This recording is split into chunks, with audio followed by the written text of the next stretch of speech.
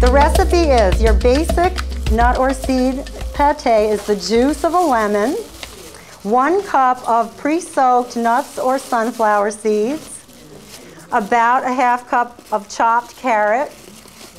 You can throw some seaweed, some dulse in there, some salt, Celtic sea salt, cayenne pepper to taste, a 1/4 cup of finely diced red onion or scallions you can add at the end or just throw it in the beginning.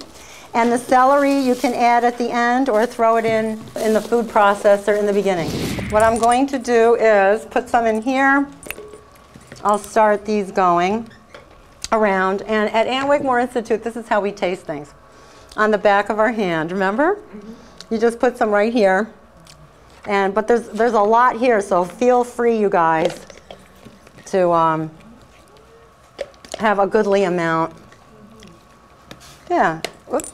So we can have some on this side of the room and some on this side of the room.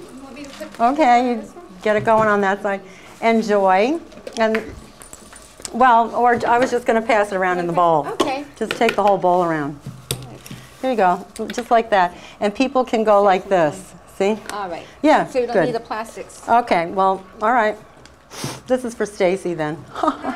I'm going to start cleaning up, and I can take more questions while I'm starting to clean up. Make sure you get some in the back, Ralphie. Yes? Oh, I forgot to put the cilantro in it.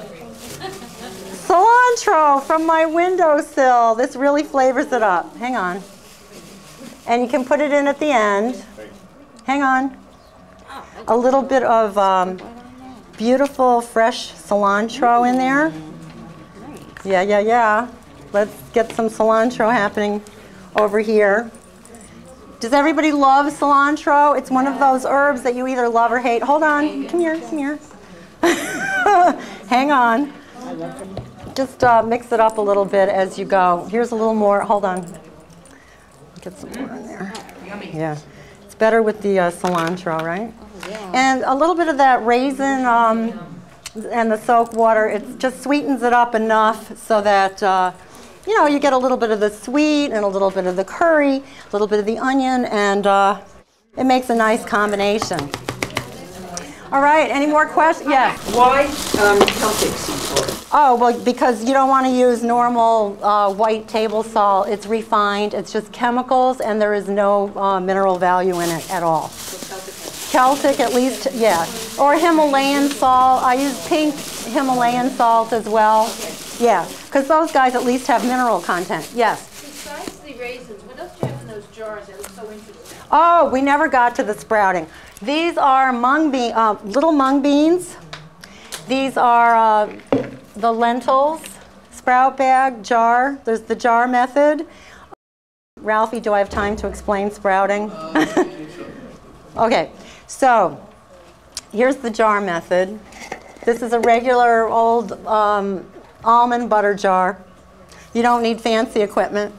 You go to your health food store, or you can go buy your seeds from Sprout Man, he'll ship. These are mung beans. You put mung beans in here, up to about here, and then you put water up to about there, and you let them sit overnight.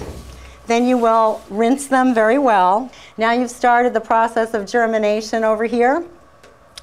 And all you have to do is tilt this jar at a 45-degree angle in case there's any liquid runoff. I've never had them mold. They always come out creamy and beautiful and delicious. And then twice a day you want to put water in, give them a little drink of water, and then pour that off. Again, let them drain. And in about 3 days you will have this. Beautiful little mung bean sprouts. You want to make sure your sprouts are dry before you refrigerate them. I put them just in a container like this, and they're good for 5 days. I've had lentil sprouts up to 2 weeks sitting in my refrigerator, still growing.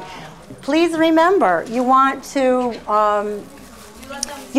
rinse them right before you use them, because they're still growing and they are living right up until the time that you're crunching them in your mouth. They are truly living foods with all their life force. Yeah, and the sprout bag method, you just hang the bag in case there's liquid. They're from Wiggy Institute, Ann Wigmore Institute in Puerto Rico. I've never done it in cheesecloth. Let me just show you really quickly. This is a hemp bag. It's made of hemp fibers. These are nylon. This is a nut milk bag. It's a finer mesh, and also better if you're making broccoli sprouts because it's a finer mesh. So I can take a couple more questions while I'm pulling this back together. What do you think about CSAs compared to farmers market? All good. You know, I don't live near one, so for me it's a schlep out to Brooklyn, so I don't do it. I have, you know, Union Square in the city, and I'll be doing classes in the Hamptons, by the way, this summer. I'll be doing more classes. If you all signed my sign-up sheet, just put a, you know, let me know. Stay in touch with me also with the website, rawfooddvds.com. Thank you all for coming. So we're not going to put too many sprouts. Again, we don't need all that many sprouts, and they will squish up nicely and be easily assimilated. And I'm going to run this, and then I will add the avocado and the tomato. And this, again, is your base. But I would like to put in the base a little bit of Celtic sea salt. Unless you have a health issue with salt, it flavors it up nicely, and you're only going to be having a small little taste here anyway. But I do use salt. I don't have a problem with salt. I have low blood pressure, so I do use salt. And I think we can kick it up a notch with a little bit of cayenne pepper, yes? I like cayenne. Now, Dr. Ann's original recipe, of course, does not have cayenne because she wants us to have our taste buds acclimated to just the natural, juicy food in their raw, natural state. But I happen to like cayenne, so I use a little bit. We'll just put a little on in there. Kick it up a little bit. Now, I also brought some garlic with me. I'll take a vote on this. Oh, yes. I have 1 clove of garlic. Yes, no, maybe? Yeah. Yes?